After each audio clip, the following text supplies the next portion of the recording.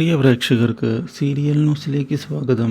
കൂടുതൽ സീരിയൽ ന്യൂസുകൾ അതിവേഗം ലഭിക്കുന്നതിന് ഈ ചാനൽ സബ്സ്ക്രൈബ് ചെയ്യുക. ബെൽ ഐക്കൺ മറക്കാതെ ക്ലിക്ക് ചെയ്യുക. വീഡിയോ ഇഷ്ടമായി എങ്കിൽ ലൈക്ക് ചെയ്യാൻ മറക്കരുത്.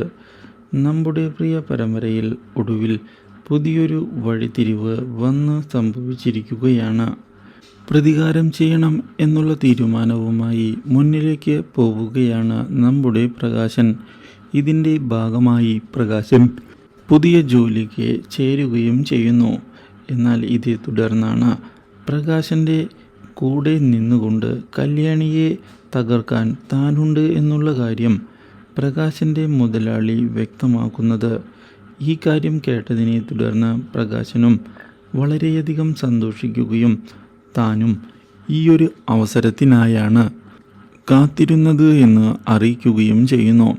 മാത്രവുമല്ല, തൻ്റെ മകനെ ജയിലിൽ നിന്ന് ഇറക്കണം എന്നുള്ള ആഗ്രഹവും ഉണ്ട് എന്നുള്ള കാര്യം അറിയിച്ചതിനെ തുടർന്ന് അതിന് വേണ്ടിയുള്ള സഹായം നൽകുന്നതിന് തയ്യാറായിരിക്കുകയാണ് പ്രകാശൻ്റെ മുതലാളി.